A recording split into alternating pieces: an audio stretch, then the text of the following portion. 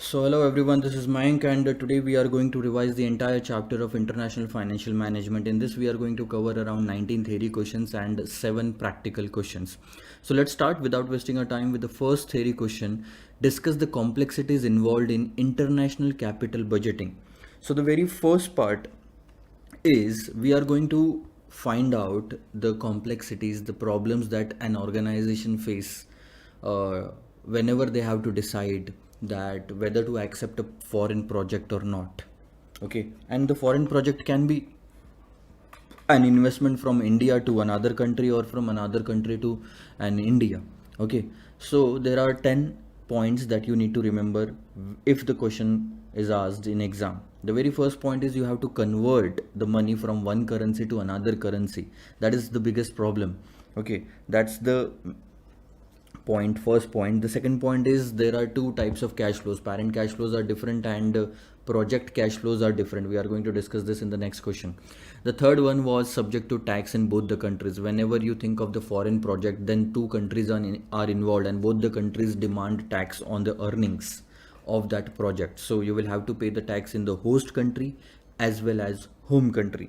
The fourth point, if you can see here, is that there will be an effect of exchange rate, foreign exchange rate changes. So there can be some gain or loss due to changes in exchange rate on the cash flows that you transfer from one country to another country. Okay, whenever you are going to transfer, there will be an applicable exchange rate on that date, and nobody knows today that what will be that rate. So this is again another risk that we have to deal with. We have to deal with the taxes also, we have to deal with the different cash flows, we have to deal with converting the currencies. Then comes the inflation in our country and inflation in their country will be different. Okay, and because of that the competitive environment will keep on changing. The sixth point was restrictions imposed on the cash flows. That one country, that host country, suppose we have invested in America and America is putting up restrictions that you cannot transfer 100% of the profits to India. So you can transfer only 50% of the profits to India this year and the balance 50% next year. Or let's say balance 50% has to be invested compulsorily in US only. So such type of restrictions are placed by the host countries, and we have to deal with such type of situation also, that whether it is feasible for us to accept the project in this case, because certain amount of money you will never bring it back to your own country. So what's the purpose of investing? One might think like that. The seventh point was initial investment in the host country will benefit. See, host country will get benefit because of the release of blocked fund. I said that 50% has to be reinvested in that country itself. It was covered in point number 6. So because of that the host country gets benefited. So that's the positive point. The next is 8, political risk. Obviously we are in India, we know more about BJP, Congress, and AAP and everything. Okay, so we can predict a couple of things that is going to happen in the coming time. Let's say 5 years, 3 years. But we don't have any idea about what is going on in USA or what is going on in UK, Brazil, Canada. So if we are starting a project there always arises a risk called as a political risk. What if the government changes? What if the new government doesn't like our project? What if the new government frames some policies which are against the foreign projects? So in that case our cash flows will get affected. It will affect our cash flows. Expected cash flows will get reduced. So we have to consider this risk also, that this might happen in the coming time, that the cash flows will be lesser than what we are estimating. And in that scenario, are we ready to accept the project? Then the ninth point is concessions or benefits. It's not only the risk, there are some positive points about few countries. Those few countries, in order to attract foreign investment, they provide some kind of concessions and benefits also. So a lot of countries go lot of countries goes there and invest. Lot of companies goes there and invest in that country, who provides a lot of concessions and benefits to those companies. Okay, so that is for the purpose of attracting the investment. And the last one is estimation of the terminal value. Whenever you will decide to terminate the project, to close the project, to shut down the project, or sell it to someone else, then at the time deciding the terminal value at the end of the period will be difficult for you, because that is situated in different country, and the situation and the environment of that country at that time depends. So that's the 10th point of estimation of terminal value. These are the 10 points that you need to remember. The next question was discuss the project cash flows vis-a-vis parent cash flows. If you remember something that I have told you here, just a second. Yeah, so we can decide the project. We can decide whether to accept the project or not based on two different things.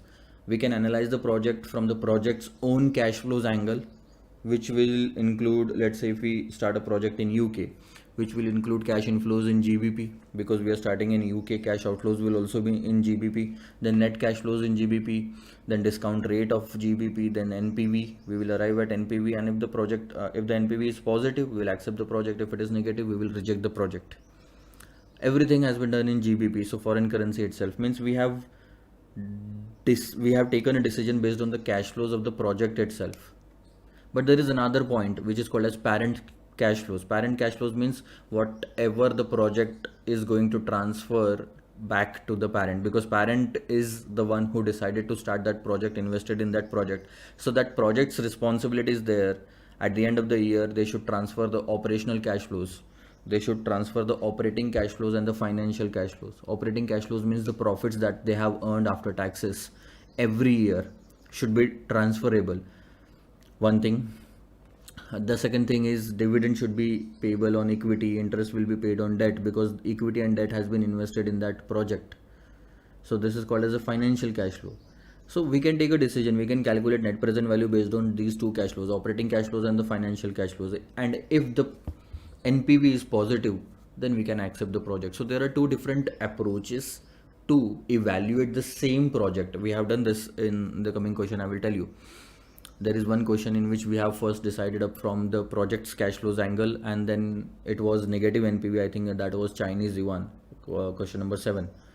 It was negative NPV. We said that we should not accept the project. But when we decided from the parent's cash flows angle, then we got to know that the NPV is positive and we can accept the project.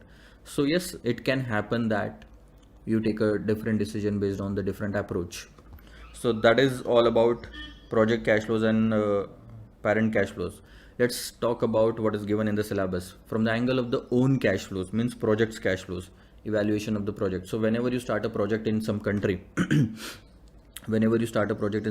very first point is in order to decide whether to start that project, that company or that subsidiary, that organization, that entity, anything should be able to compete with the local competitors, local organizations in the same business. Okay, because it will happen everywhere that any country will prefer to give benefits to the local business rather than foreign business.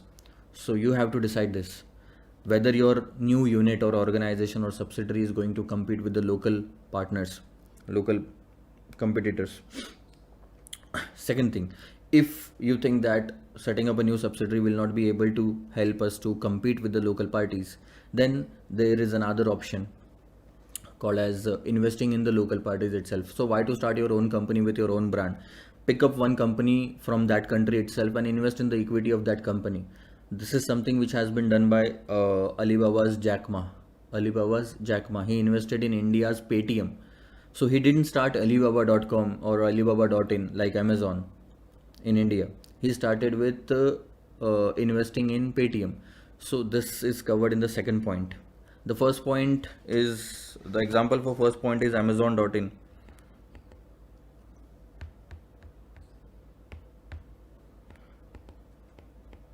Amazon started with did all the research and then started with its own brand in India. So they set up a project. They discussed that we will have to earn a higher return than the local competitors. Okay, the second one was the example of Alibaba, Jack Ma and Paytm, I can say.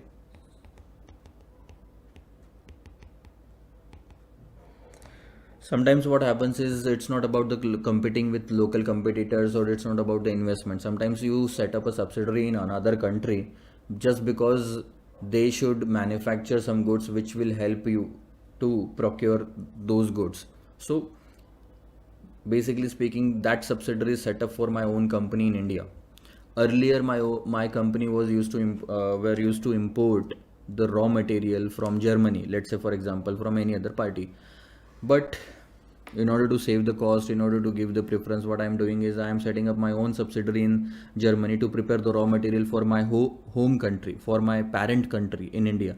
So that company is not set up, that foreign project is not accepted because they have to compete with the local competitors. No, there was no such intention. That company was set up just for the purpose of manufacturing the raw material for my parent company and transferring it to my parent company, so that my operation doesn't stop anywhere. The last one is, if you decide based on the project's own cash flows, there is one thing that is good, that you don't have to convert any currency from another currency. See, in that part also, every decision was, every step was taken in terms of GBP, and the decision was also taken. There was no need for the exchange rate. Okay, so that's a good part when you talk about project cash flows or own cash flows. The next comes the parent's firm's angle. So it is all about the operating cash flows and financial cash flows that I talked about. Okay, let's move on to question number 3. Question number 3 talks about discussing the adjusting the discount rate for riskier project or foreign project. So this is not a question which should be asked in exam, so I will just give you a brief about it.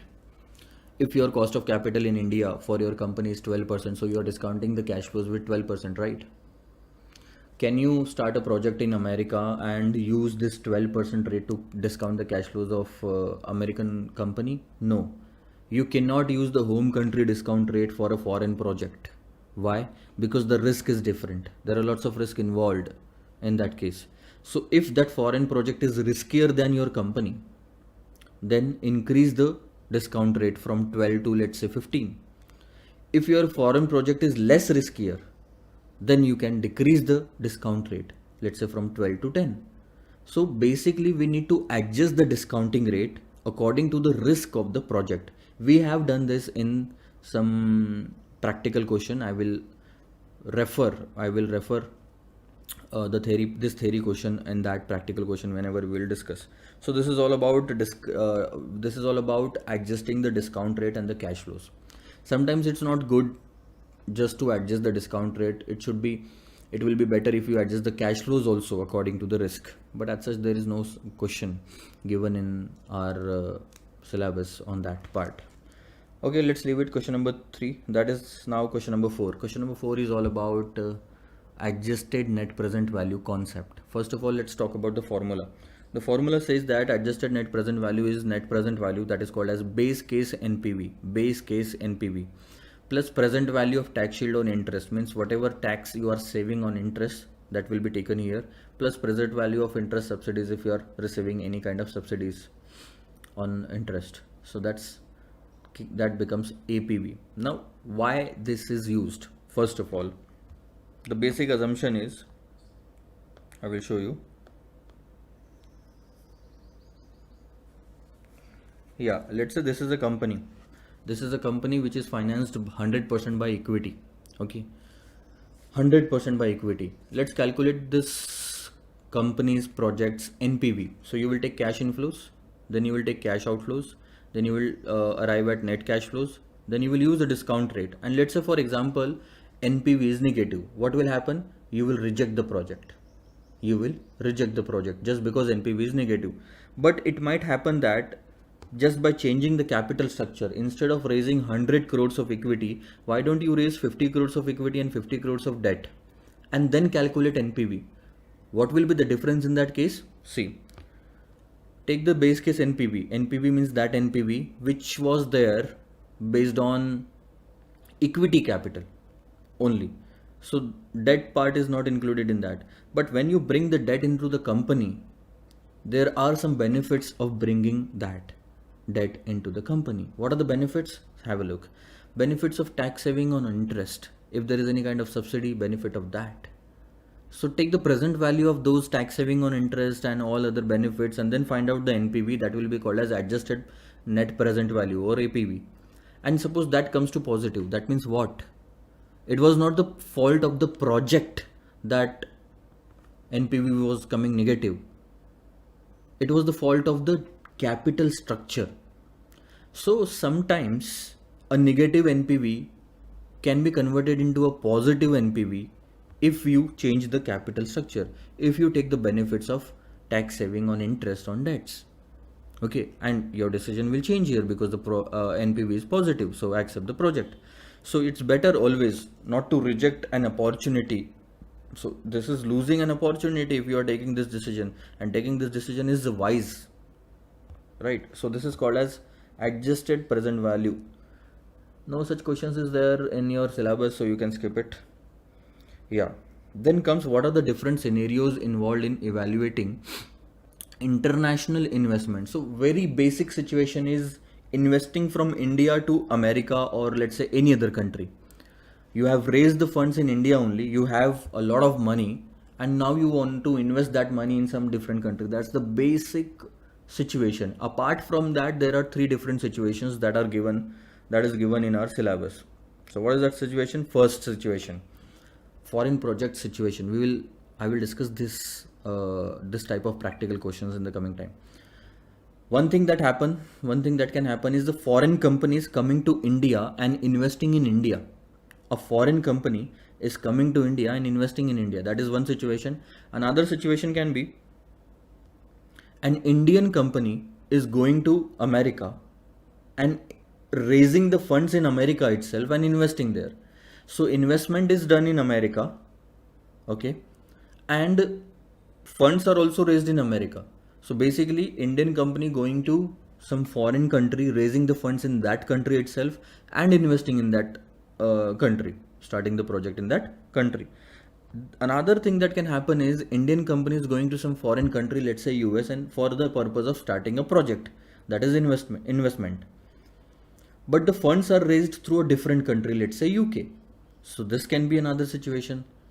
And we have seen such type of questions when we discussed about GDR. You remember? We wanted to invest, I think, in China, and for that purpose we were raising the funds from Mauritius through GDR. So that is also happen. That is also can happen. So I will refer this question at the time of practical part. Then comes the sources of international finance. This entire chapter is divided into three parts. International capital budgeting, I will show you. See, international capital budgeting, then comes international sources of finance, and the last one will be international working capital management. We have completed the first part, that is called as international capital budgeting. Now there are four sources of international finance. International sources of finance. Let me go to the book. The very first one out of that is foreign currency convertible bond. Then comes American depository receipt, and then comes global depository receipt.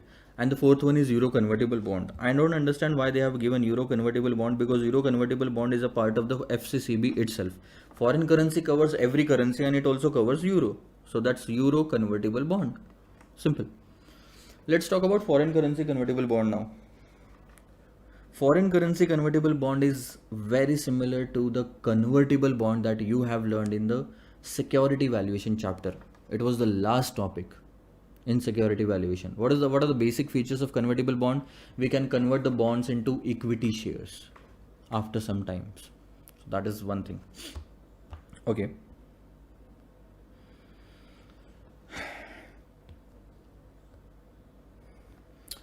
What is the difference between a normal convertible bond and FCCB? The very basic difference is these type of convertible bonds are issued in a foreign currency, not in rupees, in a foreign currency.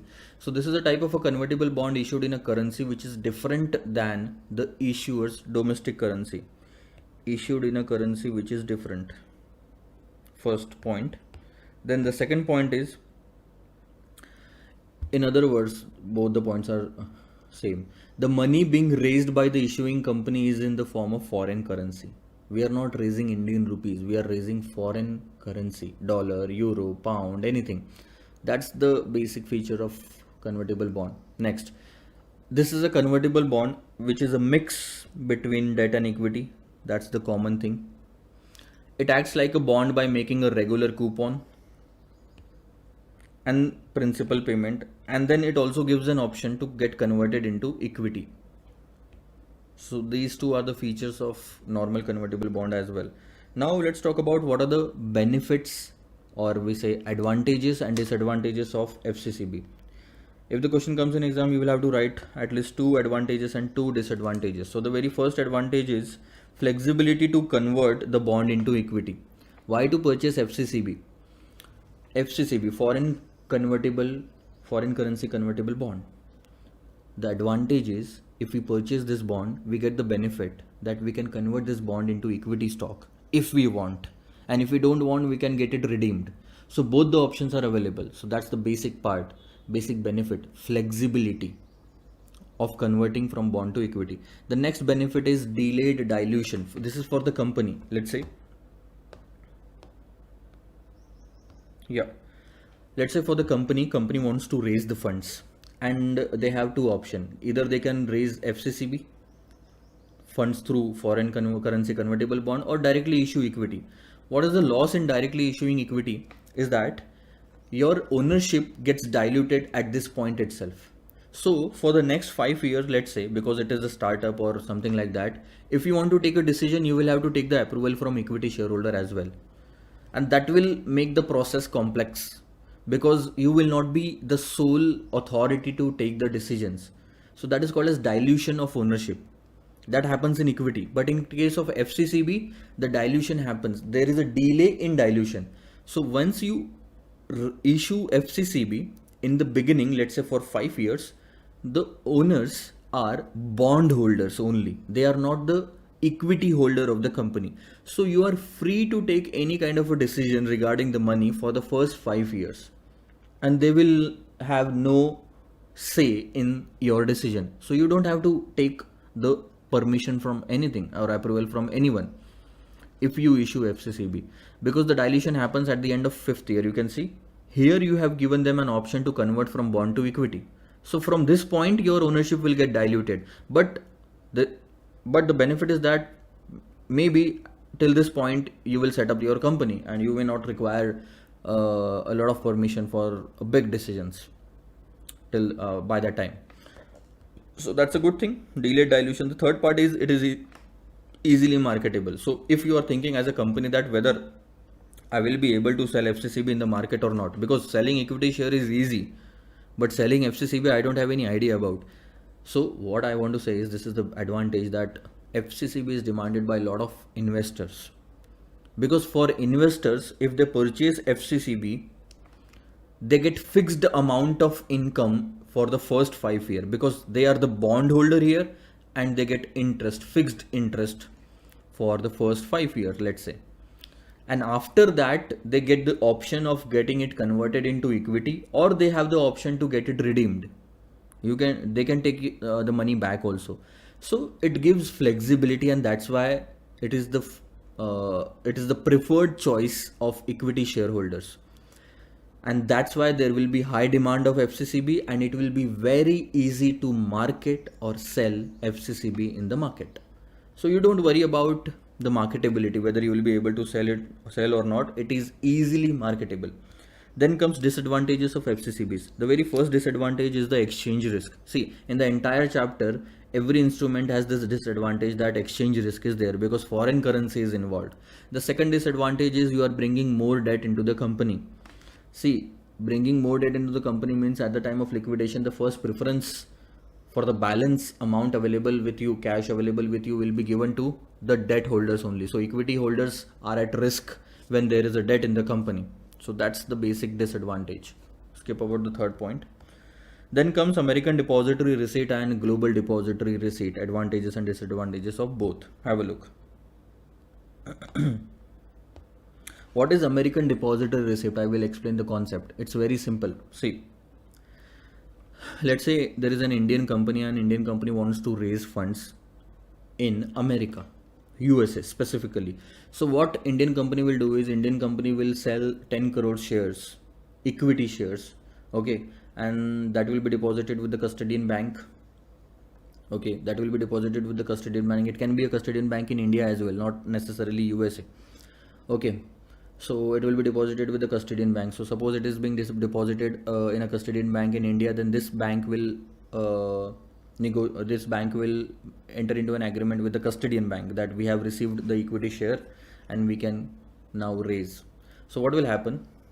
10 crore shares are there with this bank of the company, and those shares will be bundled. Those shares will be bundled in a receipt called as American Depository Receipt, and these receipt will be issued by the bank in through the help of merchant bankers by the bank in America at stock exchange. So these receipts will be issued or listed on the stock exchange, and now normal people from America will start investing or buying this American Depository Receipt, ADR, not GDR, it is ADR.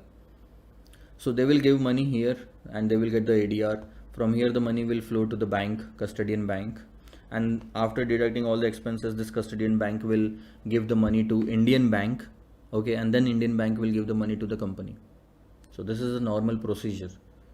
Basically what you did is, instead of directly issuing the equity share, and that is not possible because you issued a different instrument which carries equity share, a different instrument, a certificate which carries equity share, and it might happen that one certificate can carry 5 equity share, one certificate can carry 2 equity shares.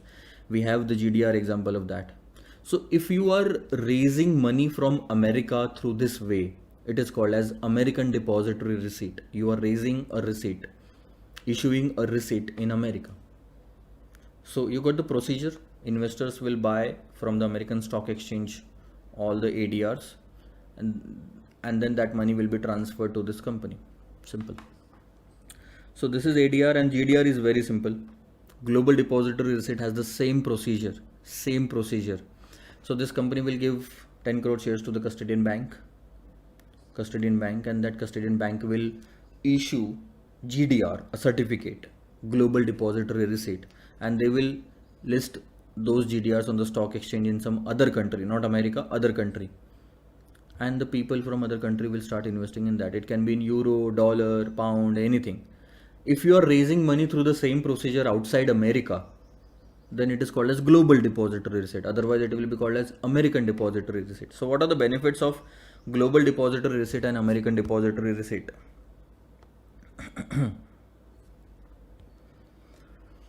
First of all, the benefit of American Depository Receipt is for these people.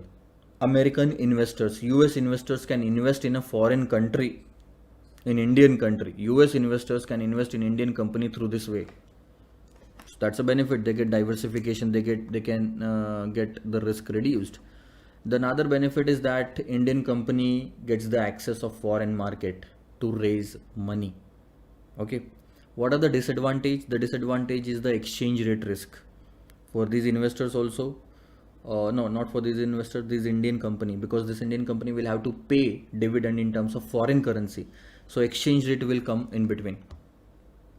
Disadvantage is it will have political factors, exchange rate risk, and so on.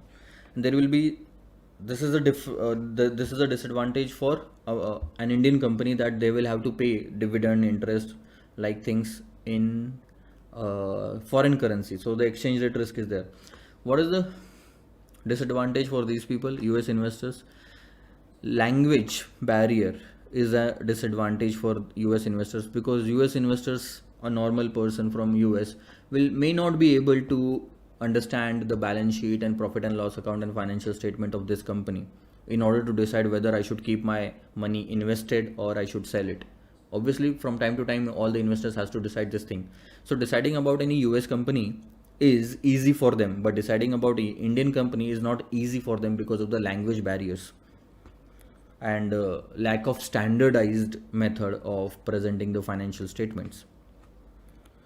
So that's the advantages and disadvantages for both company and investor. One advantage for company, one disadvantage for company. One advantage for US investor, one disadvantage for US investors. The next thing, GDR. What is the advantage of GDR to the issuing company? First advantage is they get access to the foreign market, same reason. The second advantage is they get rise in the capital. Both the points are same. Okay, I don't know why institute has given this. The next disadvantage is of GDR to the investor. What is the advantage of GDR to the investors? It's simple. It helps in diversification, it reduces the risk, and more transparency. More transparency is not a point. I don't understand again this point. More transparency since competitor securities can be compared. Question number 10 and 11 I left for you, that you can give it a reading and then complete it. Question number 12 we are not going to consider because it is not a separate part. Everything that we discussed in foreign currency convertible bond is applicable for euro convertible bond. See, understand one thing, foreign currency is a broader term. Okay, it's a house, and in that house this is the one member of that house. Euro convertible bond, there can be a pound convertible bond and other currencies also. So both has the same meaning. If you read it, you will realize that what is the difference between both. There is no difference as such. This is narrower term, that is broader term. So with this we finish our revision of international sources of finance. The last topic is left, which is called as discuss the complexities involved in international working capital management. We have completed the two parts and this is going to be the last part, international working capital management. Okay, so what is working capital? Working capital is current assets minus current liabilities. What is current assets? It's all about stock, debtor means receivable, and cash mostly, and current liability is all about creditors. So in order to manage all these things, there are four complexities. When you manage this at an international level, managing the working capital at domestic level is quite easier than managing the same at international level, and 4 points has to be kept in mind. So the first point is short-term loan. Whenever you will have to take the short-term loan, there will be a wider options. You can take the loan, let's say this is your parent company and these are your subsidiaries in different countries. You can say US, UK, Japan, China. I will now start a subsidiary in China, and let's say Brazil.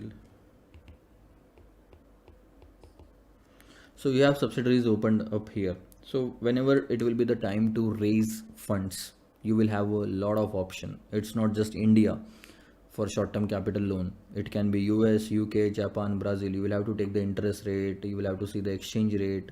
So there will be a lot of calculation and working before making a final decision of how much money to raise and from which country we should raise. So wider option of financing is there. That becomes the first complexity. The second complexity is interest rates and taxes. Both the countries will have, all the countries will have different interest rate and different tax rates. So we have to consider the tax benefit also, and the interest rates also. We will always prefer lower interest rate and higher tax benefit. Higher tax benefit, not in terms of percentage, but in terms of currency. So that is the second complexity. The third complexity is always same for everything. Foreign exchange risk is there. Foreign currency is involved. It will be transferred from one country to another country. A lot of stocks will be transferred. Raw material will be transferred. It will be shipped from one country to another country. So exchange rate risk will always be there. Second thing, there will be a restriction on transferring the money from one country to another country, one subsidiary to another subsidiary. See, if we have some funds in America, we can transfer these funds to the UK because UK needs it. But there will be restrictions by the US government to transfer the funds to any other country. So we have to deal with that thing also. It's not that easy to transfer the funds in working capital when you are working internationally. So that will be a problem. And the last problem will be political risk.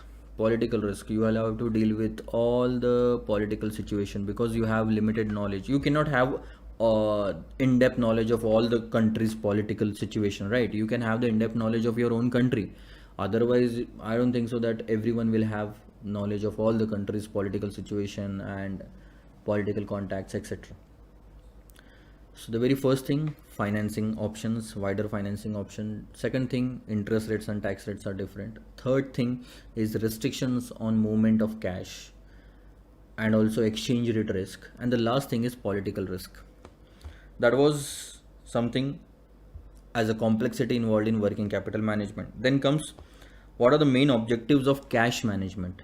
We are going into working capital and we are first talking about cash. So what are the objectives of managing cash internationally?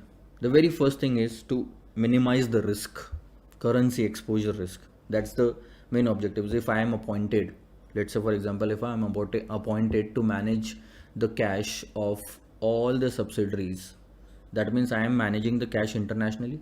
It's not just my own country in India, own company in India. It is other companies which is situated in other countries as well. I will have to manage the cash of those countries, those companies as well. So in that time, at that time, my first priority will be to minimize the risk. I will obviously go for minimizing the overall cash requirement of all the subsidiary. See, lesser the cash balance or requirement of all the subsidiaries, lesser will be the risk automatically. So without affecting the operation, without disturbing the smooth operation, I would want that the cash requirement will be as minimum as possible. Then comes the transaction cost. I will try to use the netting concept in order to minimize the transactions between subsidiaries, so that I can minimize the transaction cost, I can minimize the exchange rate risk. I will also try to uh, use all my contacts with the government of every country, so that I can minimize the political risk also. I would want to ensure that my company in that country will continue to operate smoothly. There should not be any problem. So that is also my objective. The next objective is to take the benefit. See, if one country is allowing free movement of cash, so that is something, a benefit that is available to you, and you can take that benefit. You can transfer money from that company to any other company who needs funds. So to take the advantage of economies of scale or reap the benefits of superior knowledge, these are some points: reducing the risk, reducing the balance of cash, reducing the transaction cost, reducing the political risk, and then comes economies of scale, taking the benefit of that. Then comes centralized. How the centralized cash management helps multinational companies. First thing, when you manage the cash centrally,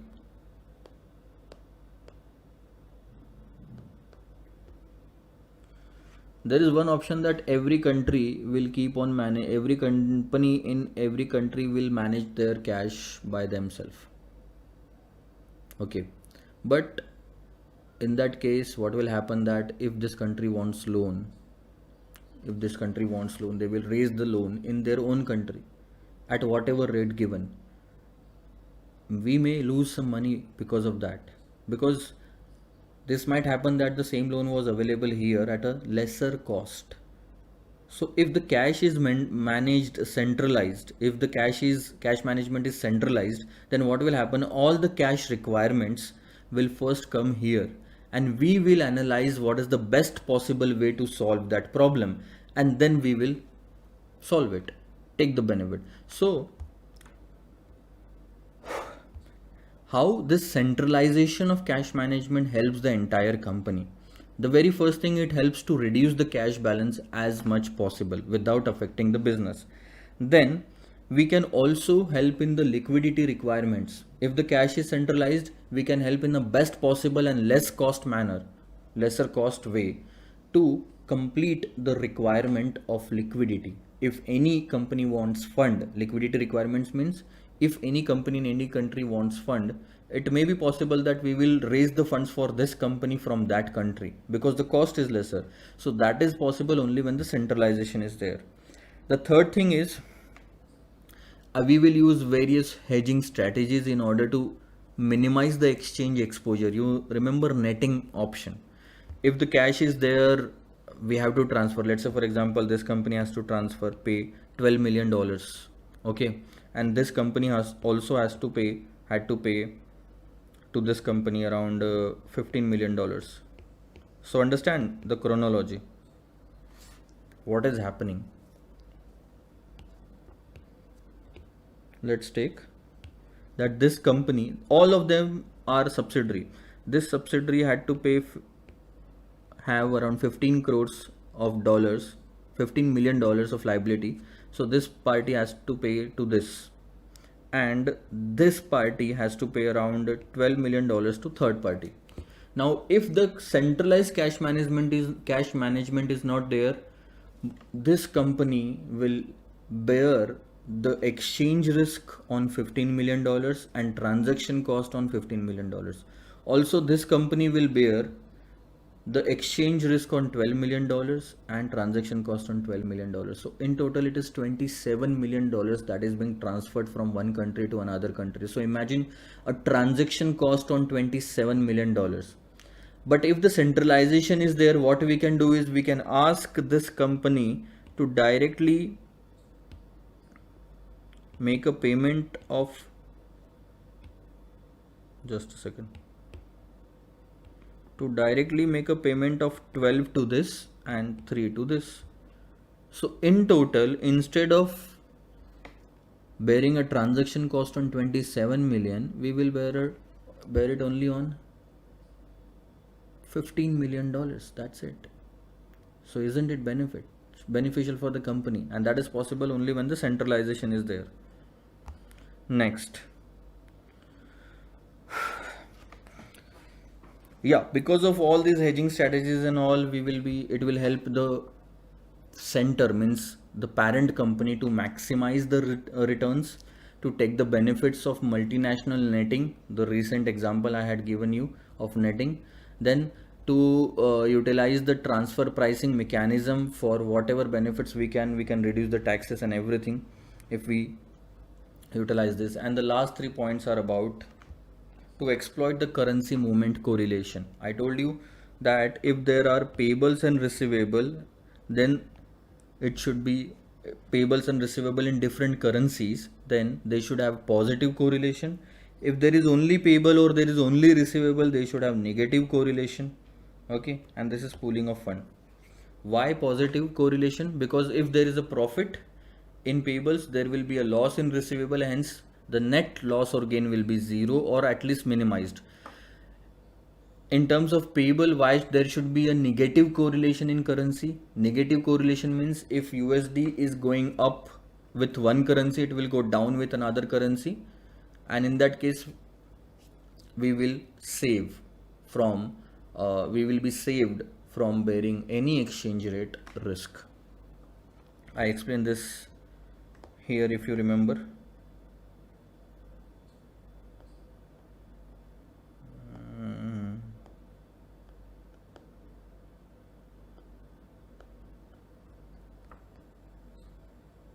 Yeah, here. See, if you remember this, we had a receivable of 1 lakh and payable of 1 lakh Australian dollar, receivable of 1 lakh euro. So we have receivable and payable both in different currencies. And now this was the rate 1.20 which became 1.30, and then Australian dollar 1.50 which became 1.60. So you can see in both the cases USD is the price currency which is depreciating. Means it has a positive correlation. Positive correlation means in both the cases it is going in the same direction. USD is depreciating here, that means positive correlation. It is appreciating here, that means it is positive correlation. But if it is depreciating here and appreciating here, that means negative correlation. So if we have receivable and payable, means inflow outflow, then it should have a positive correlation. What will happen? Instead of paying $1,20,000, now we are paying we are receiving $1,30,000. So it's a benefit of $10,000. But in terms of payables, instead of paying 1 lakh into 1.50, 150, we are paying 160. So there is a loss of 10,000, but net loss is 10,000 positive, 10,000 negative. It is zero. Why zero? Because of positive correlation. But if only you have payable, let's say we have a payable of $1 lakh euro, same thing, and $1 lakh Australian. And in that case, what happens? There should be negative correlation. If the dollar is appreciating here, it should depreciate in some other currency. So what will happen? See, we had a payable of 1,20,000, but ultimately after 6 months exchange rate changed and we had to pay 1,30,000. So that was a loss of 10,000. Okay. And in that case, we had a payable of 1 lakh Australian dollar. So at the given exchange rate, it was $142,857, but later on we had to pay only 125. So there was a profit of 17,857. Loss of 10, 17 ka profit because of negative correlation. So we have reduced the risk. So this is all about centralized cash management. Then comes investment of excess cash or surplus by MNCs. I left it to you. This is just a part of practical, so you can skip it also if you want. This is not important from exam point of view. The most important topic was stockpiling. Stockpiling. See, what happens is,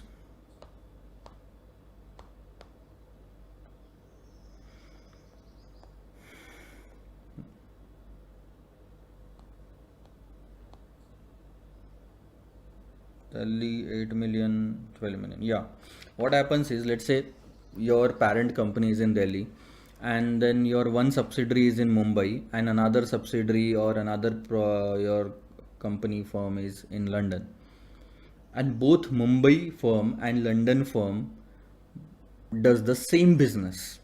So they might require the same raw material which is provided by the parent company from Delhi. Now, what happens is, when it comes to maintaining the stock, what I want to say is, London companies, London company will, the company in London will maintain higher level of stock than the Mumbai company, and there are certain reasons to that. First of all, the reason is lead time. We can transfer the stock whenever required to the Mumbai company in, let's say, 2 days, but it may take 20 days for London company to receive that material. So if I will receive it after 20 days, I will have to keep 20 days stock, at least 20 to 30 days. So my stock will be higher than Mumbai company stock, even though we are producing the same number of unit every day. The production is same, but still London company will keep higher stock. This is called as stockpiling, pile up. This is called as stockpiling. And why it is called as stockpiling? Because of this reason. First reason, lead time is high. Second reason, there can be political risk. There can be some disturbance in transferring stock from India to another country if the relation of these two countries goes worse. So second reason. Third reason is, even though the material is shipped and reached to the London on time, it will take a lot of time to clear the custom formalities. So that's the third bottleneck, which forces the London company to pile up the stock. That's called as stockpiling. So what are the things that we learn here? An international firm keeps larger or a bigger stock than EOQ level. This is called as stockpiling. And there are various reasons for that. The first thing is political disturbance. Importing country's currency. Okay, one more is country's currency depreciates. If the importing country's currency depreciate, they will have to pay more for importing. That's why what they will do is, they will pile up the stock. They will keep the higher stock in the beginning itself, even though sometimes they will be ready to pay more, but they will not be ready to stop the operation just because the stock is not there. So what happens is, in the beginning itself, even though the stock rate the exchange rates are not that even though the exchange rates are not that favorable, still the companies would prefer to buy, just give me a second, to buy the raw material in the beginning in order that the business should continue. So the first thing was political disturbance. The second thing is, importing country's currency will depreciate, then imports will be costlier. The next thing is this probability of interruption in supply. If the probability of interruption in supply is high, let's say this route is not clear, if some problem happens to the ship, so if the probability of interruption to the supply is there, then also it will go for stockpile up. Another reason is lead time is larger. Let's say I told you that instead of 4 days, it takes 20 days to reach to the material in London. So that is one of the reason. Another reason is custom formalities. Okay, so this is all about stock piling. All those, considering all these things, we should also consider the cost, because if we pile up the stock, it increases the carrying cost. We need more space, so higher will be the rent in that case. So in order to maintain a balance, we should consider the cost as well as benefit of stockpiling. Okay, the last question was a note on international receivables management. Now, it might happen that we are selling, just a second. Yeah, it might happen that we are selling goods internationally, exporting the goods to company A, let's say to also to company B. But company A is our own company. It is our own company. Okay, it's a subsidiary. So this is called as intra-company transfer. So whatever receivables are there from A, it is intra-firm receivable because that is all our company itself. But if we have transferred or exported or sold goods to company B and we have no relation with that company, it will be called as inter-firm receivable. So there are a couple of things which are given in terms of in case of inter-firm sales and in case of intra-firm sales. I'm leaving this to you. Now we will discuss about some practical questions. That is the most important part. I have taken almost 50 minutes to discuss the theory. Just give me a second. Okay, there are 8 questions in total and we skipped the first one. I will discuss about the 7 questions now. If you remember this question, okay, while starting the revision of practical question, I assume that you have read the question because I'm not going to read the question. I will just give you the brief of the question and I will explain the answer of that. So if you remember this question is all about Indian company going to America and investing there. They wanted to invest around $11 million in America.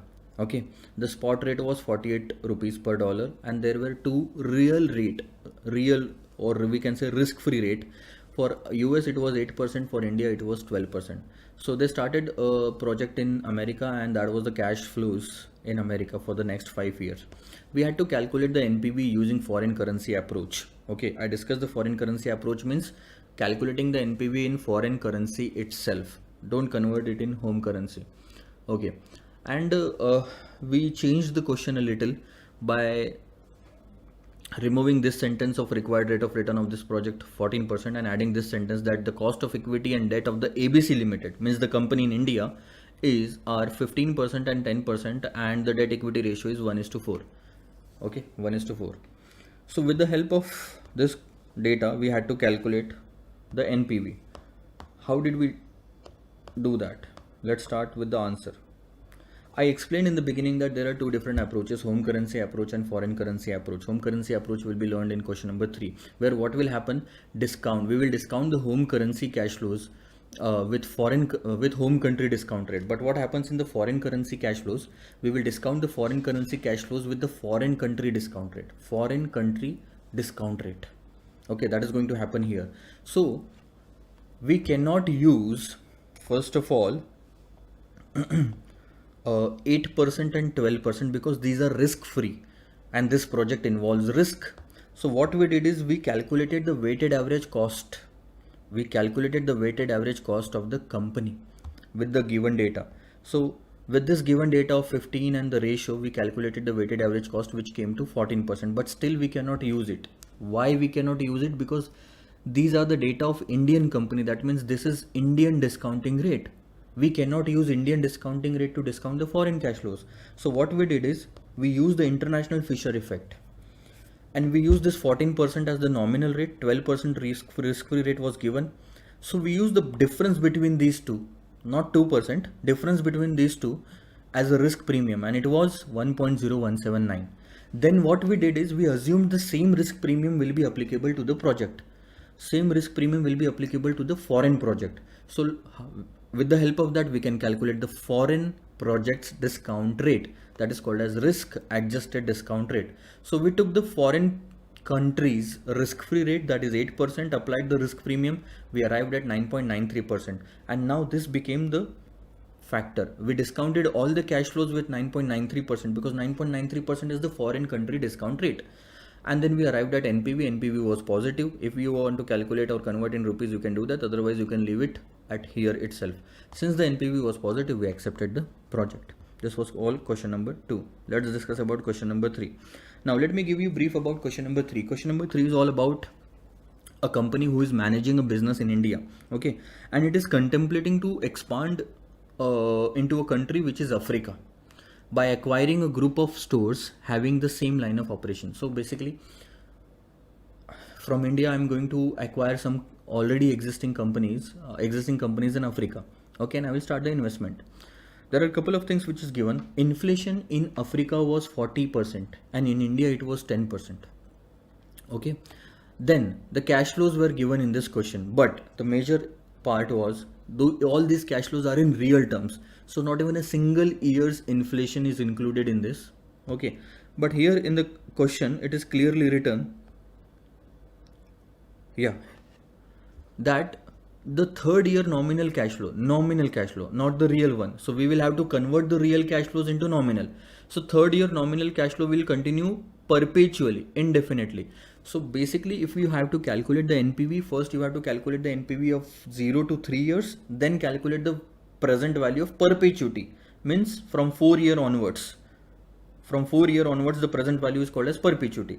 So 3 years and rest of the years, present value of all of them will be the NPV. Question clearly says that the exchange rate today is African rand 6 to rupees 1. It is an indirect quote.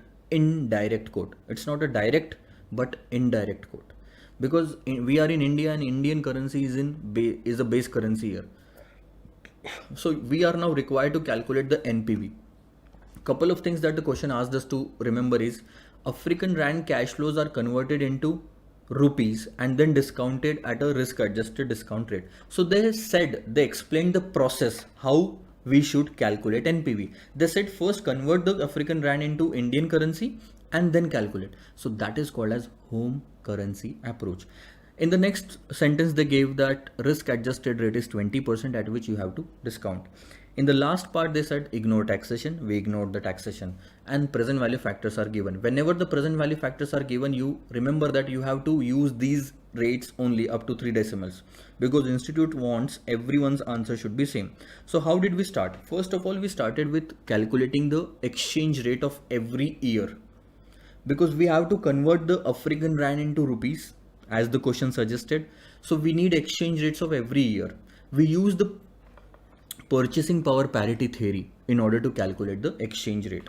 But the quotation was given indirect, and we learned that if the indirect quotation is there, inflation of foreign country should be written in the numerator. Inflation of foreign country, inflation of domestic country, and so on. So we put this. Foreign countries inflation is 40%, Indian countries inflation, domestic country is India, whose inflation is 10%, F by 6. So this is the first year's forward rate. We will be using it as a spot rate for first year. Then with the help of that spot rate or forward rate, we calculated second year's forward rate. With the help of that, we calculated third year's forward rate, that is 12.37. So in the first working, what we all did is calculated the exchange rate of 1 year, 2 year, 3 year. Okay.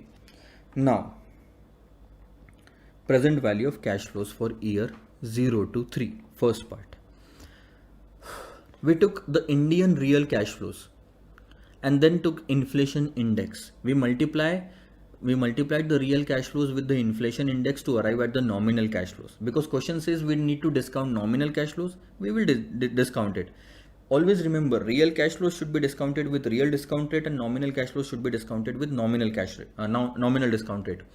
So real cash flows converted into nominal cash flows in rupees. We did the same thing with African real cash flows. We took the African inflation 1.40. Then we converted this one also in nominal. Now both the real cash flows have been converted into nominal cash flows, but this is still in African rand. So we took the exchange rate we calculated in the first working, and we converted this African rand into Indian rupees. So now African cash flow is also in rupees, Indian cash flow is already in rupees. We can total both the cash flows, then use the present value factor at 20%, then discount it. So we have arrived at negative 59327. That is just the NPV of first 3 years. The question is still not over. The question says that the third year present value, the third year nominal cash flow means 16,637. This is the third year's nominal cash flow of both the countries. This will continue forever. So when they say forever and indefinite, we use the concept of perpetuity. So according to the concept of perpetuity, annual cash flow, that is 16,637 divided by rate of interest, will be the present value. So 83,185 is the present value at the end of year 3. Remember, it is at the end of year 3 because you use the cash flows of year 4. That's it.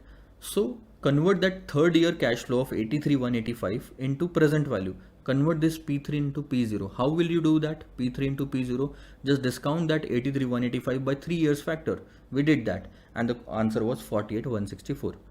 So we have to answer from 0 to 3. There is negative cash inflow of 59,327 and after third year it is 48,164. Good. Then we calculated the present value, the total of this first 3 years NPV and the rest of the NPV. Ultimate answer was negative, hence the project should not be accepted. Okay, with this we will end question number, this was rough working 3. Okay, let's talk about question number 4. What is it in question number 4? Question number 4 is all about a company in America who wanted to stop exporting to India and set up a subsidiary in India. Till now it was exporting to India, okay, exporting to India, and till now it was exporting around 2 million units every year. But he saw that company, it saw that the competition is rising and other multinational company is opening up, starting a subsidiary in India. So we should also start a subsidiary because that will increase the sales, right? At present they were selling 2 million units, but they are expecting that if we continue to export, our sales will decrease and we will only be able to sell 1.5 million units. It will decrease to 1.5 million and the selling price is $80 per unit and the variable cost is $40 per unit. This is in case of exporting. But if we stop exporting and start a subsidiary, first of all we will have to set up a plant. So in that case there will be some initial investment which will be of $500 million, and then the working capital will also require $50 million in the beginning. Yeah, in terms of export, when we were continuing with the export, already $15 million was invested in working capital. But if we start with the subsidiary, the total working capital requirement is 50 million. Okay. Now there are couple of points given here in the question, and what we did is we divided the entire question into subsidiaries data and export data. So we first divided that this data is related to subsidiary, that the variable cost will be $20 per unit. We will still sell at $80, but variable cost will reduce from 40 to 20 if we start with the subsidiary. There will be some additional cash fixed cost, that is $30 million. Okay. We ignored this $3 million because it was an allocated expense. It is irrelevant for the purpose of decision making. Then production useful life was 5 years and no salvage value. So we can take the depreciation on the entire 500. 500 divided by 5, that is 100. Then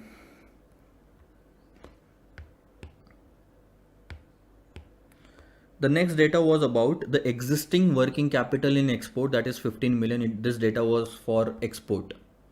The next data was also for export, that we were selling 2 million, but now we will be selling only 1.5 million because of the competition. The last two data is applicable for both, that is the tax rate and the project's discount rate. Now we had to take a decision. How will you take a decision? It's very simple. You calculate what is the net present value of export option, and then you calculate a net present value of subsidiary option. If the net present value of subsidiary option is higher, go with that. Otherwise, continue with the export. So we started with export option. First of all, working capital was there 15 million. Okay. Then came the operating cash flows. We sold every unit at $80, variable cost $40. We'll be selling 1.5 million units. So this is a contribution and less 35% tax rate. So every year we would generate after tax cash flow of $39 million. That is for 5 years we calculated the present value, and at the end of 5 years what will happen? This working capital will get released. Always remember that working capital is not an expense, it is just put in the business in the beginning as a cash outflow, and when the business is over you take it as a cash inflow. We did that, and the NPV of export option came to $134.10 million. And then we started with the subsidiary option. We thought that if we start a subsidiary, the initial cost will be, we divided all the cash flows in three parts: initial cash flow, operating cash flows, and then terminal cash flows. So fixed assets $500 million, then working capital $50 million. Then from 1 to 5 we started operating cash flows. Selling price was 80, variable cost reduced to 20, then contribution was 60. We would be able to sell 5 million units if we start a subsidiary. Then contribution was 300, fixed cost was 30, depreciation was 100 only because there was no salvage value. So we arrived at PBT, then tax, deducted the tax, we arrived at PAT. We converted the PAT into CFAT by adding back the depreciation, that is 210.50, and that is annual cash flow for 5 years. So we took present value annuity factor and converted it into present value. And at the end of 5 years, working capital will be released. All the working capital will get released. We invested 50, if 50 will be released back. And the NPV of this option comes to 237.203. So don't you think NPV of export option is less than NPV of this option? So go with the subsidiary. X Incorporation should accept the proposed project of subsidiary in India as NPV is higher in that option. That's the end of this question. Let's shift to, you can take a break, but let's shift to question number 5. So question number 5 is there in front of you. This question is also about a US company who wants to invest in India with a joint venture, in a joint venture. Okay. So give me a second. Yeah. Question number 4 was a US company coming to India and setting up a business. Question number 5 is also in a similar way, but it is in a joint venture. That means the entire company in India will have two owners. First, the Perfect Incorporation from US, and the second one is EdSecure Limited from India. But EdSecure Limited offered, given this proposal to Perfect Incorporation to us, we are the Perfect Incorporation, so we received a proposal in which we have to make the entire investment in India. That party doesn't have any money, but that party will operate throughout the year. They will operate the business for us. Okay. So we will have to make an investment, and the investment value will be 200 crores in India for machinery and factory. Okay. It will work for 5 years and then it will be sold at 5 crore rupees. And the depreciation is 20% on the net salvage value. So 200 minus 5 crore divided by 5. It will be 195 multiplied by 20% depreciation. Okay. Then the working capital requirement is 50 crores, and thereafter 5 crores each year will be additional working capital. Okay. The term is that we are ready to invest 200 crores and we are ready to put 50 crores as a working capital and the whatever is required after that also. But what we are going to get in terms of revenue is 55% of the total sales and a royalty on every bottle of that vaccine, that medicine sold, $0.01 per bottle. That's the total revenue to us. Okay. Next comes the second paragraph. They said that Government of India guidelines is that every bottle will be sold at 7 rupees 50 paisa. So for the time being, you are a US company who wants to invest in India. So US is your home country, India is your foreign country. And this is rupees per dollar, exchange rate is given after that. Every bottle will be sold at 7.50 rupees, and in total 24 crores bottle will be sold in a year. Good. But this 7.5 rupees is going to increase every year by rupees 1. And along with that, there will be inflation, the price in addition to inflation. Yeah. Along with that, there will be inflation. So that 7.50 rupees will increase by 1 rupees every year. And on that net amount, there will be an inflation. So we will have to calculate inflation adjusted selling price. Multiplied by 24 crores will be the total sales. Now production cost is 40% of the revenue. Okay. we will also bear. If we are bearing the sale price, we are receiving 55% of the sales, we will bear the 55% of the production cost as well. The applicable tax rate in India is 30% and in India is 30% and US is 35%. And there is double tax avoidance agreement between both the countries. That means whatever tax has been paid in India, we will get the credit of the same in America while paying the tax in America. Okay. In both the countries, taxes shall be paid in the following year. That means if the tax is due this year, tax is calculated this year. For the earnings of this year, the tax will be paid on the next year. For the earnings of next year, the tax will be paid in third year. Then third year's earning, tax will be payable in fourth year, and so on. The spot rate is dollar. The spot rate of dollar is 57 rupees, and this is indirect quote for us because dollar is our home currency. The inflation in India is 6%, which is also expected to decrease by 0.50% every year, and 5% in US. There is no decrease in the inflation in US. There is a decrease in the inflation in India only. Next, as per the Government of India policy, only 50% of the share can be remitted in the year in which they are earned. You remember we discussed this point in the first part, complexity, that there are some restrictions by the government that you cannot invest all the amount in the first year itself. But the Government of India is allowing us to remit the balance 50% in the following year. So 50%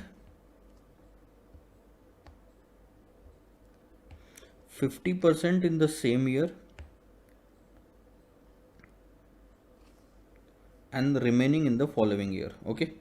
Though the WACC of perfect incorporation is 13%, but due to the risky nature of the project, it expects to earn a return of 15%. You remember this? We cannot apply the home country discount rate because the risk of this project is higher than our company.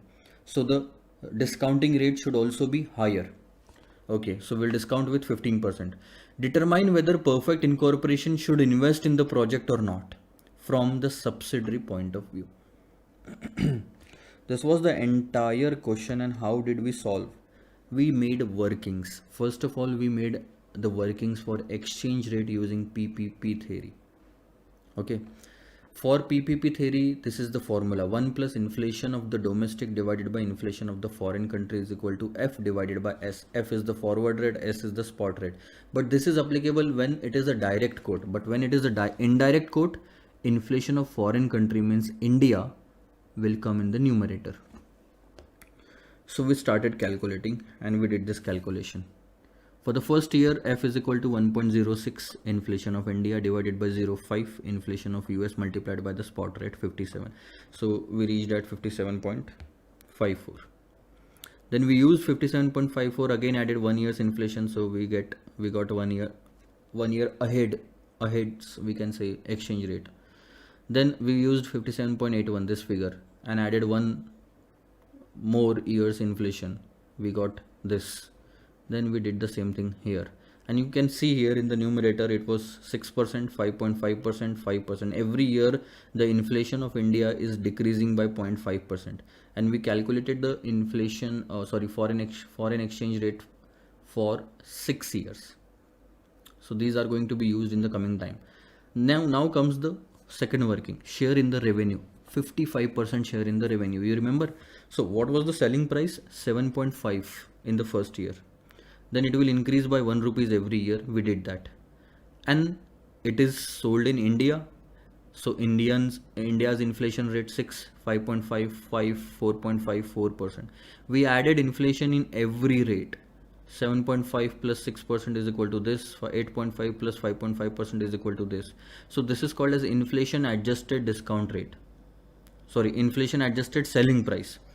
Now this inflation adjusted selling price multiplied by 24 will become total revenue of the company. Now this 190.80 is shared by the joint venture. Means 45% of this will be the share of EdSecure Limited in India and 55% will be our share, that is 104. So this final line indicates what is our share in the terms of revenue. Now the next working we did is for the royalty payment. You remember 24 crores units will be sold every year, and on every bottle we will get $0.01. Okay, now the total royalty becomes 0.24, and the exchange rate is 57 point, exchange rate is this, because this 0.24 is in dollars right now. So we converted the dollars into rupees. This is the total royalty in terms of crores. This is total royalty in terms of crores that we will get. So there are two types of income for us. One is the share of 55%, the second one is the royalty payment. Now take these two figures only. In the first row, I took the 55% revenue share, then I took royalty. Now you remember production cost was 40%. So production cost of revenue only will be taken, because production cost has no relevance with the royalty. That's why this is ignored. So production cost of 40% of this 104.94 is taken here. Then comes the depreciation. Depreciation is calculated simply 200 minus the cost minus salvage value multiplied by 20%. So that came to 39. Okay, all the expenses are deducted. Now comes the profit before tax, and then comes the tax at 30%. Profit after tax is not required right now. What are the all cash flows from this table? Revenue is the cash flow, royalty is a cash flow, production cost is a cash flow, depreciation is only expense but not a cash flow, tax is also a cash outflow. So next working represents cash flows. Again we took the same thing, revenue, royalty, production cost. We just picked it up from the previous working. Then we took the tax payment and we shifted the tax payment in the following year, because question says you don't have to pay the first year's tax in first year itself, you have to pay it in second year.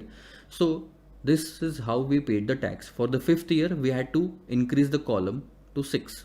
We paid the tax in the sixth year. Now initial investment is this 200 crores, working capital is 50 in the beginning in terms of rupees, and then we added the working capital every year. See, working capital is not an expense, it is a deposit.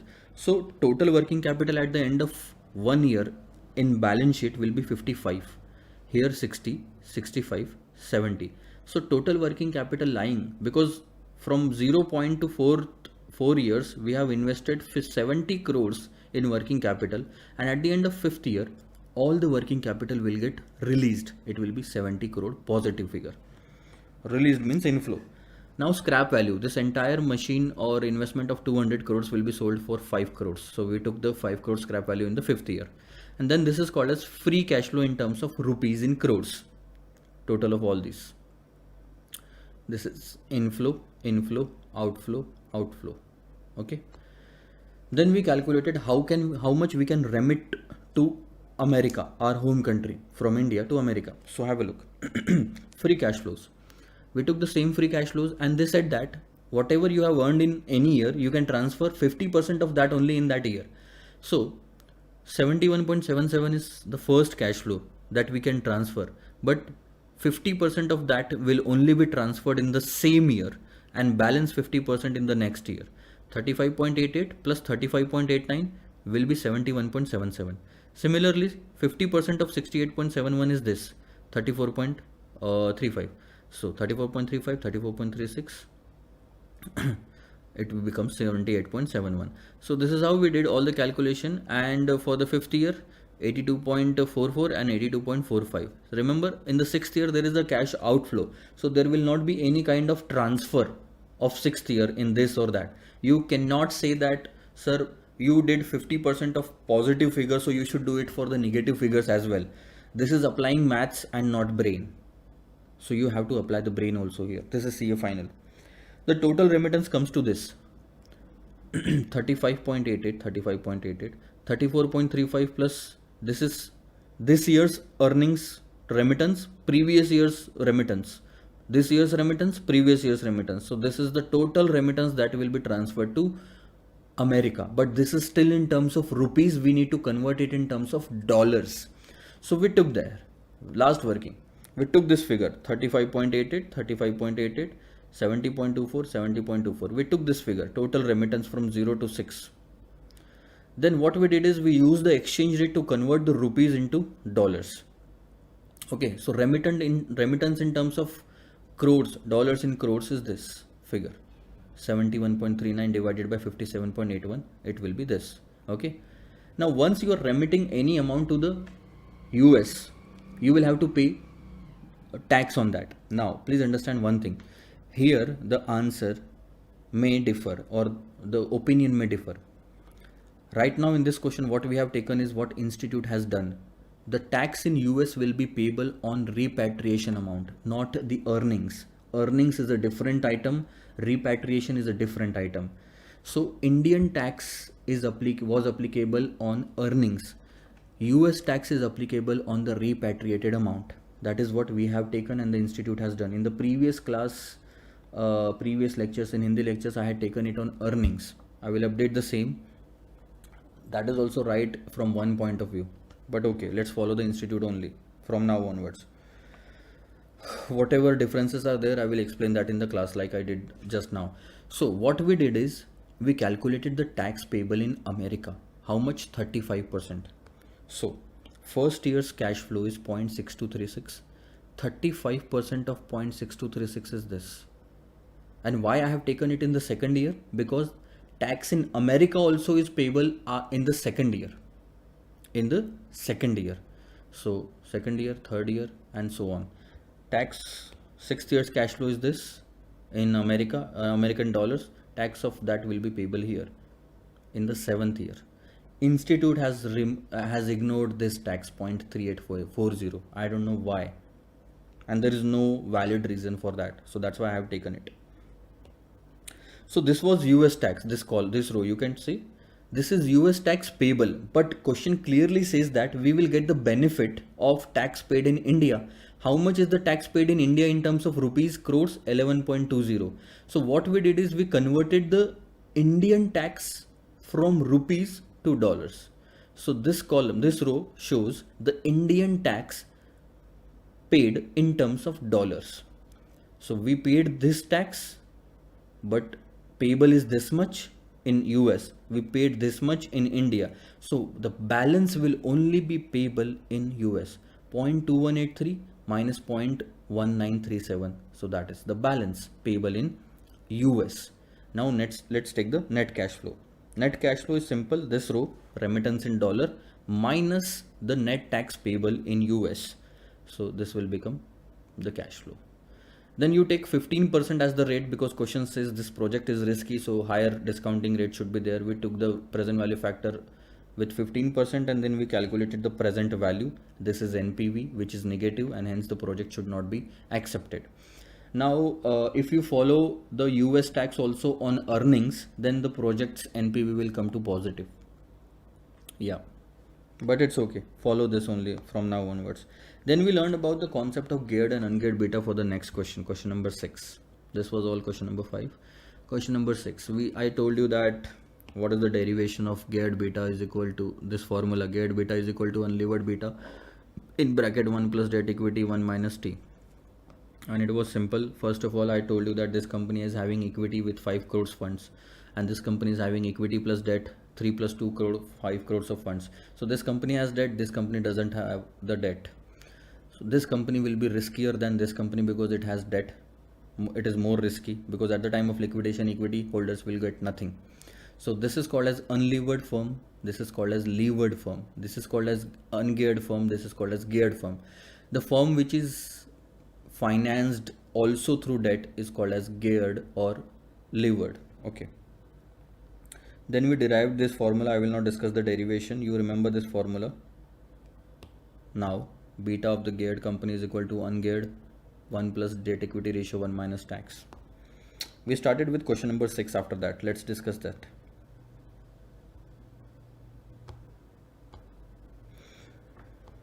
What is question number 6? Question number 6 is all about a company in India, which is It's Entertainment Limited.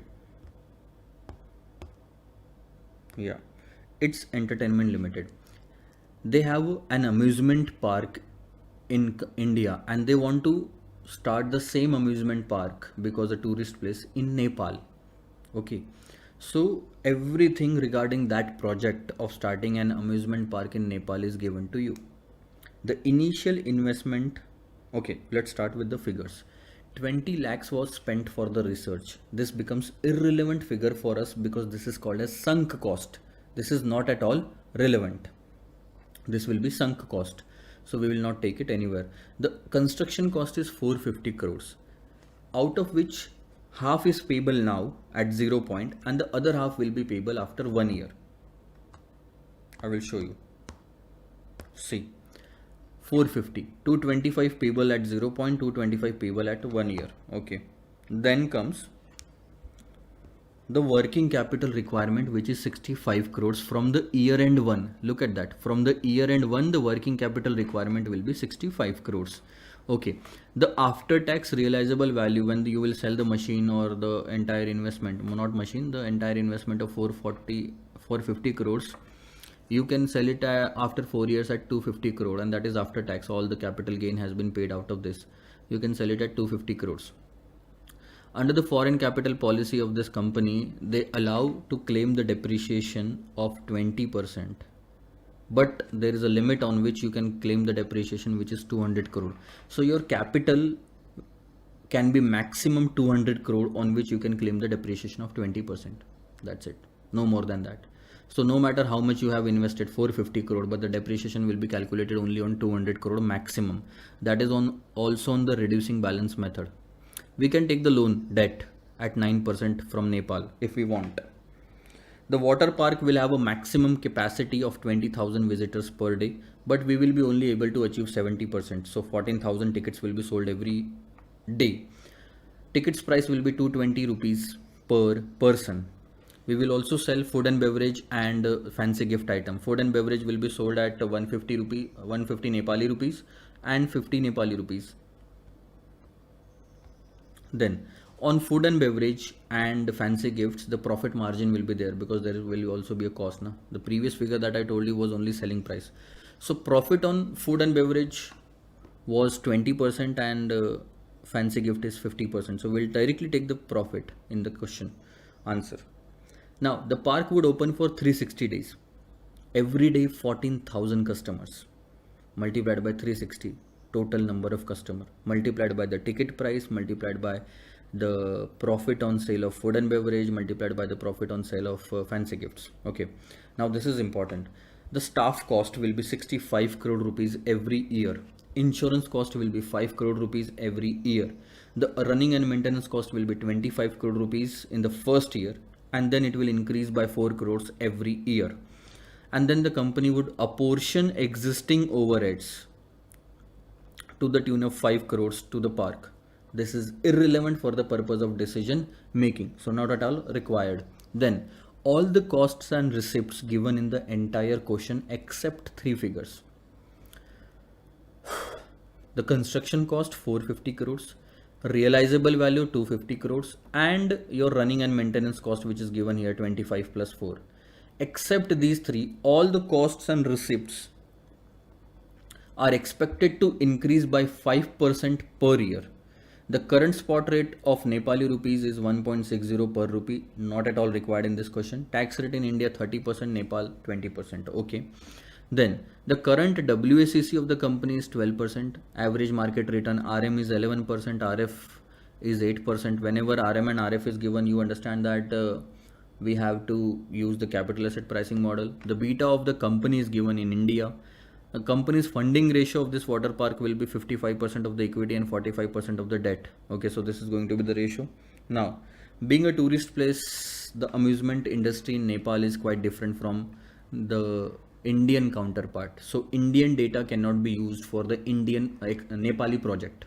Indian data cannot be used for the Nepal's project. So that's why what we did is we did some research and found that there is one competitor in Nepal who is close to what we are doing. His business is close to what we are doing, and we can use that competitor's data if required. The company has gathered the relevant information of the competitor and who has a market equity value of 1850 crore and the debt of 510 crores. So debt equity ratio can be calculated of the competitor, and this is the competitor's equity beta, which is 1.35. Okay, state whether its entertainment should undertake this project or not. A lot of data is given here. Okay, I will start with this.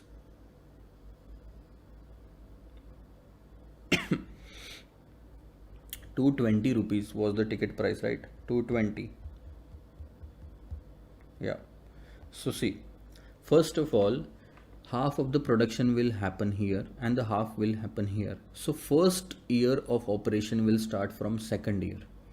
225 crore invested here, 225 crore invested here. That means the first year of operation will be this 2 3 4 5.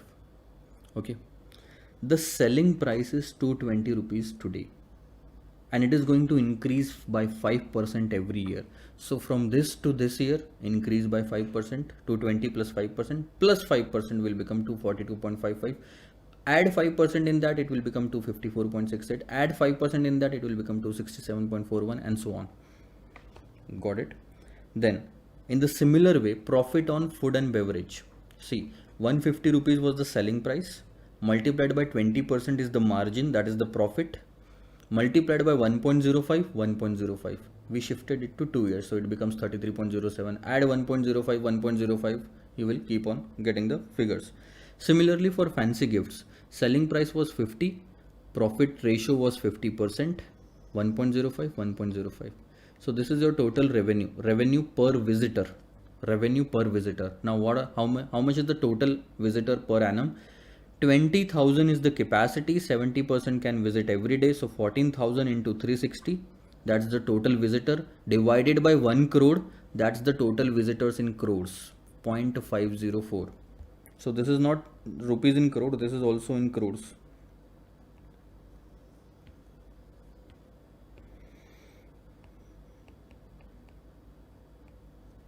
Okay, so per visitor revenue is 303.18 and total visitors are 0.504 crores every year. So every year's revenue will be this. Then this is just the revenue part. Let's discuss the costing. Staff cost will be 65, which will increase by 5% every year since the operation is starting in 2 years, at the end of 2 years. So for the first year 1.05 increase, then also 1.05 increase will be there. Staff cost, insurance cost will also increase by 1.05 and 1.05. Then running and maintenance cost is already increasing, 25 plus 4 plus 4 plus 4 plus 4. In the question it is clearly given that all the costs except those three will increase. So don't apply your logic, because staff cost will start up staff cost will start from this point na, when the operation will start. So you may ask that 65 should be taken in the first year of operation. No, question clearly says every cash flow will increase by 5%. So maybe staff cost of 65 is given in today's terms. In actual, the expense was 71.66. Okay, running and maintenance, and then comes the depreciation. Depreciation is applicable only on the maximum capital limit of 200 crores. So 200 into 20%, 40. Then 200 minus 40 will be the balance, which is 160 into 20%, 32. So instead of doing this, what you can do is, at the time of reducing balance method, deduct 20% from the depreciation directly. 40 minus 20%, 32. 32 minus 20%, 25.60. Your figure will be exactly correct. Okay, this is total expense total of all those four figures. Then comes profit before tax, revenue minus expense. Then comes profit after tax. We don't need tax, so directly profit after tax, which is 30% less PBT. Okay, PBT less 30%, that's this figure. But can we discount profit after tax? No, we are not supposed to discount the profit. We are supposed to discount the cash flows. So convert this profit into cash flows. We will add back the depreciation because it's a non-cash item. Then initial investment of 225, 0 and 1 time, 1 year time. Working capital starts at the end of 1 year, it clearly says, and then it gets increased by 5% every year. 5% every year. So these are the calculations. See, 65 plus 5% becomes 68.25. So the balance at the end of year 2 should be 68.25, but we already had 65 from the previous year. So how much extra is required to be invested? 3.25. That's what we did. Then this. Instead of doing this calculation, if you will add 3.25, add 5% in 3.25, it will be the same figure. Add 5% in this, it will be the same figure. So instead of doing long calculation, you can go with the short calculation if you understand the logic. And then after tax realizable value of 250 crore is taken at the end. Then we calculated the net cash flows. Net cash flows is nothing but, see, profit after tax plus depreciation less initial investments, working capital deducted, and then after tax realizable value added.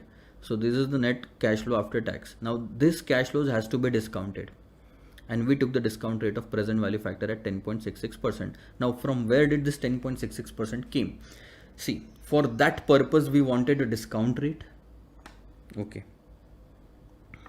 so we calculated a discount rate in the fourth working, the working just before NPV. And how did we calculate the discount rate? Since this project includes equity as well as debt, we took weighted average cost of capital. We took cost of equity multiplied by its weight 55%, cost of debt multiplied by its weight 45%. But debt on debt, we have a tax saving. So 9 minus 20%, tax saving on interest, 9 minus 20%.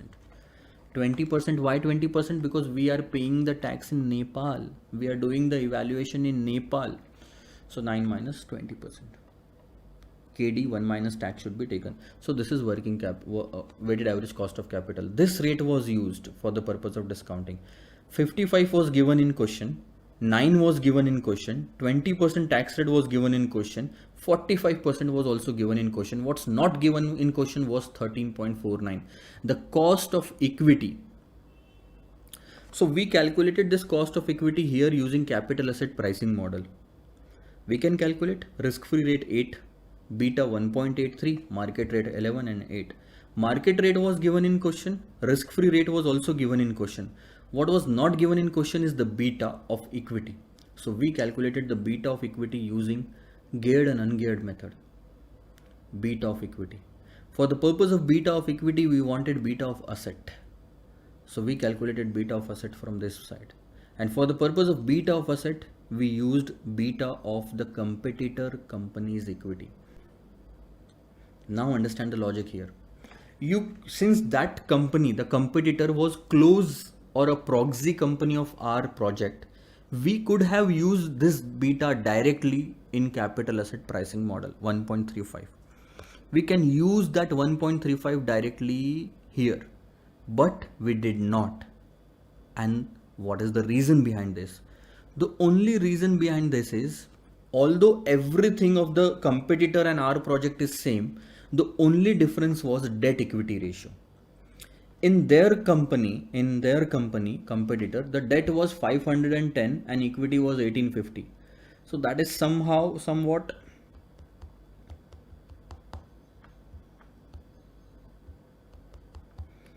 (21.61%) debt, and in our company it is 45% debt. Understanding? So the risk of debt is different in this equity beta.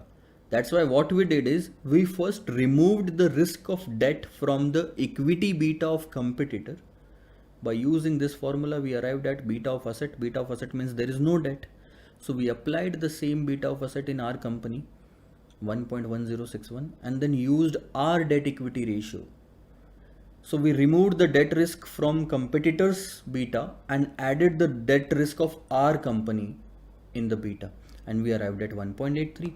This 1.83 is used here to calculate cost of equity. This cost of equity is used here to calculate the weighted average cost of capital, and this weighted average cost of capital is used as a discounting factor here, 10.66%. Then present value, then NPV is negative, hence do not accept the project. Over and out. This was question number 6. Let's talk about question number 7. Now question number 7 is an Indian IT company who wants to set up a business in China. Where? China.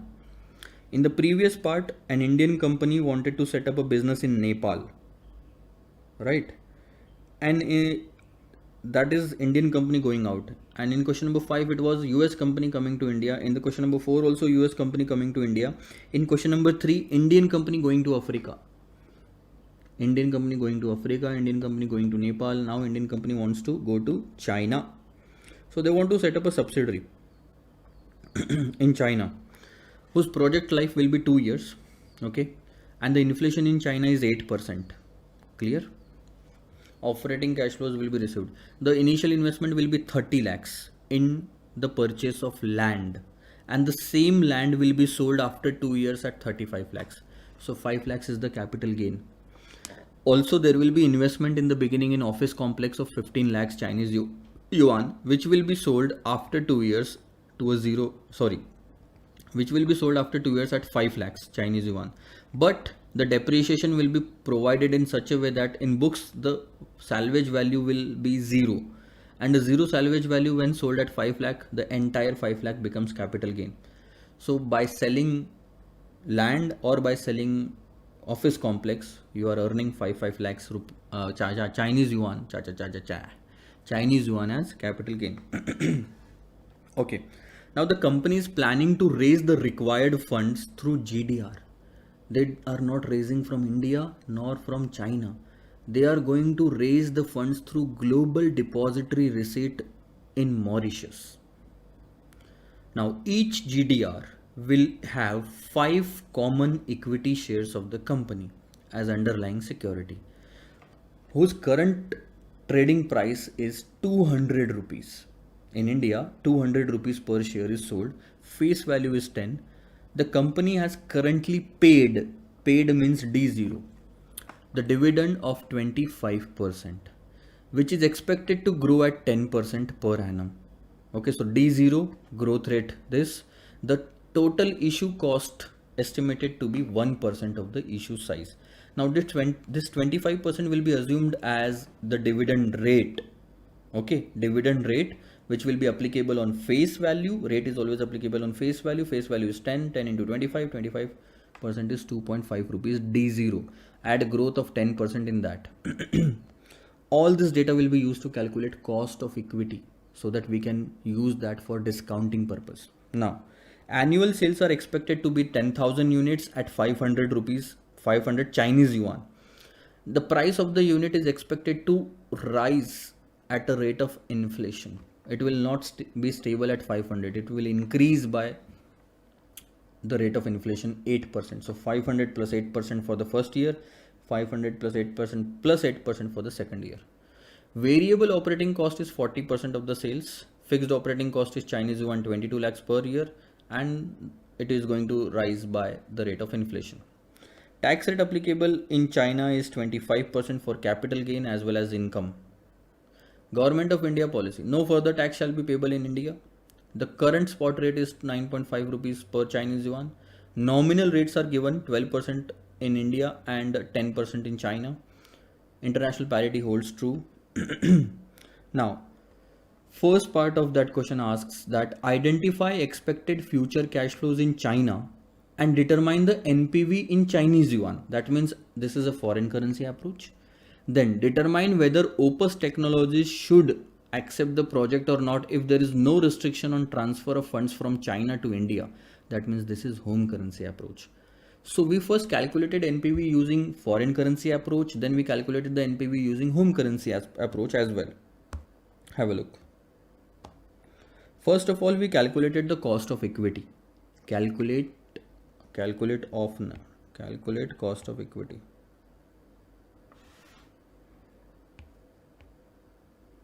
So this is calculate cost of equity.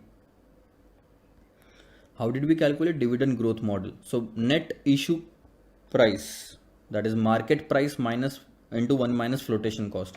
In security valuation chapter, you might not have learned about this 1 minus flotation cost, but in inter cost of capital it was there. So if there is any flotation cost, it has to be deducted from market price. Why?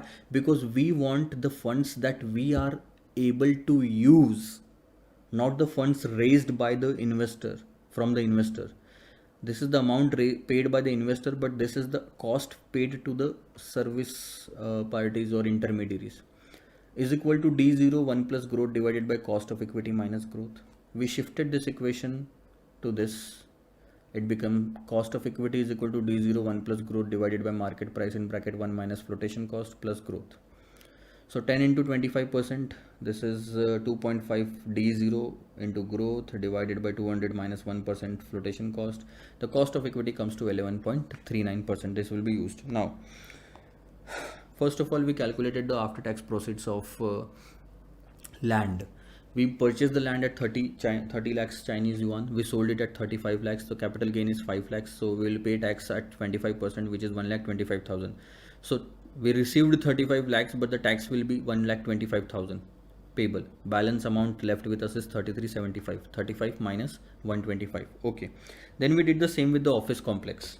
We purchased office complex at 15 lakhs. At the end, we depreciated the entire 15 lakhs from the books. So in the books, it is showing at zero value, but we sold the same for 5 lakhs. So the entire 5 lakh will become capital gain. We will pay tax of 125 on that. We received 5, we paid 125. Balance will be received by us, 375. Okay. Let's go to the calculation of NPV. How many units we are able to sell every year? 0, 1, 2. 10,000, 10,000. Selling price is 500 at today's price. Add inflation of 8%, it will become 540. And again add inflation of 8%, it will become 583.20. Okay. Then this is total sales. When you multiply the units with the selling price, then variable cost, then fixed cost. Fixed cost will also increase by 8%. Okay. In variable cost, the inflation is already included. Depreciation is 7,50,000, 7,50,000. So that 15 lakhs entire value of the asset will get depreciated. Profit before tax and profit after tax is 75% because tax rate is 25% in China. Then comes depreciation. Why we are adding back the depreciation? To convert the cash flows into to convert the profit into cash flows. So in profit after tax, add depreciation, add the sale proceeds of the land, add the sale proceeds of the office, and then initial investment 45 lakhs. Net cash flow is 45 lakhs, 8355, and that we use this discounting rate of China, and then we calculated the NPV, it came to negative. So we will not accept the project if this is the case. But if we think about transferring the money from China to India and then discounting at Indian rate. So how much amount we are going to transfer from China to India? That 45 lakhs will be converted in Indian rupees, though invested in China only. 835 converted in Indian rupees, and 46 lakhs will be converted. So these three figures will be converted. For that purpose, we need exchange rate, and that's why we will use interest rate parity theory. So for first year, nominal rate of India and China, 9.67 is the forward rate. Then nominal rate of India and China, then this is the rate, 9.85. So these two are the exchange rates for first year and second year. So what we did is we took the net cash flow, 45 lakhs, 8 lakh 35,000 and 46 lakh 37,000. Then we, with the help of exchange rate, we converted them into rupees. Then we use the rupee discount rate. Have a look. 12% is the nominal rate of India. We use the rupee discount rate to discount these cash flows, and then NPV is positive. We will accept the project. That's what the entire answer is. Okay, last question is left. Have a look. In this question also, we wanted to expand the operations and planning to install a manufacturing plant in US. First we went to Africa, then we went to Nepal, then China, and now we are going to US. US came to us, to our country twice or thrice. We should go there. But we are not raising the funds in America. We are raising the funds through global depository receipt, and every depository receipt will have 2 shares. So how much total amount is required to be funded, raised? We need $10 million to invest in the project. So do you think I should raise $10 million from the market? No, you should raise more amount, because some of that amount will be taken by the intermediaries as they are providing the service. So 10 million is the net of any kind of issue or expenses or flotation cost. And how much is the issue, expense or flotation cost? 2%. So this 10 million is after deducting 2%. That means it is 98%. So we will calculate 10 million divided by 98% will be equal to 100%. How much we should raise from the market. The project will financed through the issue of GDR, and the details of GDR is given to you here. That expected market price of each share will be 250 rupees, face value 100, and 2 shares will underlie 1 GDR and shall be priced at a 10% discount to the market price. Expected exchange at 60, and dividend rate was dividend to be paid was 20% with a growth rate of 12. What did they ask? They asked us to compute the number of GDRs to be issued in the market. So think from the angle of the market. How many number of GDRs you will have to issue. It depends upon how much funds we are raising divided by what is the issue price of 1 GDR. So how many funds we are raising?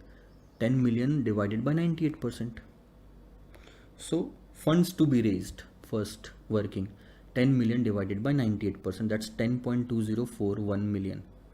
Then what is the issue price of GDR? See, 250 rupees for one share. There are 2 shares in each GDR, that's why multiplied by 2. And then issue price will be at 10% discount. That means only 90% will be taken. So this is the issue price in rupees divided by 60 means exchange rate. So this is the issue price in dollars, 7.5. We are raising $10.2041 million at $7.4 per GDR. So the total number of GDR that will be issued is 1.36055 millions. That's around 13,60,550 million. Sorry, zero. Then dividend in each GDR. How much dividend we are paying for every GDR? See, 100 is the face value, 20% is the dividend rate. So 2 rupees multiplied by every GDR covers 2 shares. So this is dividend of 1 share multiplied by 2 will be the dividend of 2 shares. The total dividend will be 40. This is expected, so don't add growth. Already the growth is added in that. Now, what is the formula of the cost of GDR? It is as good as cost of equity. Same formula. Take the amount that you are paying, that is D1 in the numerator, divided by the amount that you are using, market price net of flotation cost. So D1 is how much? 40 in terms of rupees. And what is the market price? 1 minus flotation cost. This is called as net issue price plus growth. So see, what is the net issue price? The issue price was $7.5 per GDR. It will be 2% will be deducted for issue expenses, so we will take 98% and multiplied by 60 to convert it into rupees, that is 441. The other way to that is 250 rupees per share multiplied by 2, 450 rupees multiplied by 90% because you are issuing it at discount, and then again less deduct 2%, that means multiplied by 98% because flotation cost will be there. It will also become 441. That means what? It means you are paying 40 rupees as an income to those or dividend to those, which is a cost for us. 40 rupees is the cost for us, and how much amount we are getting to use? 441 rupees. So this is the amount which we are using and the amount that we are paying, the cost that we are paying, and plus 12% growth every year, it will become 21.07%. So cost of GDR is 21.07.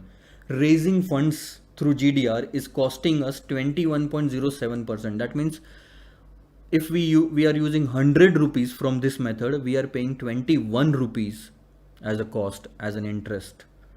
So this is cost of GDR, and this is the number of GDRs issued. This was all about the 8 questions. With this, we have ended this chapter. In the next lecture, we are going to start with the corporate valuation chapter. Bye bye for now.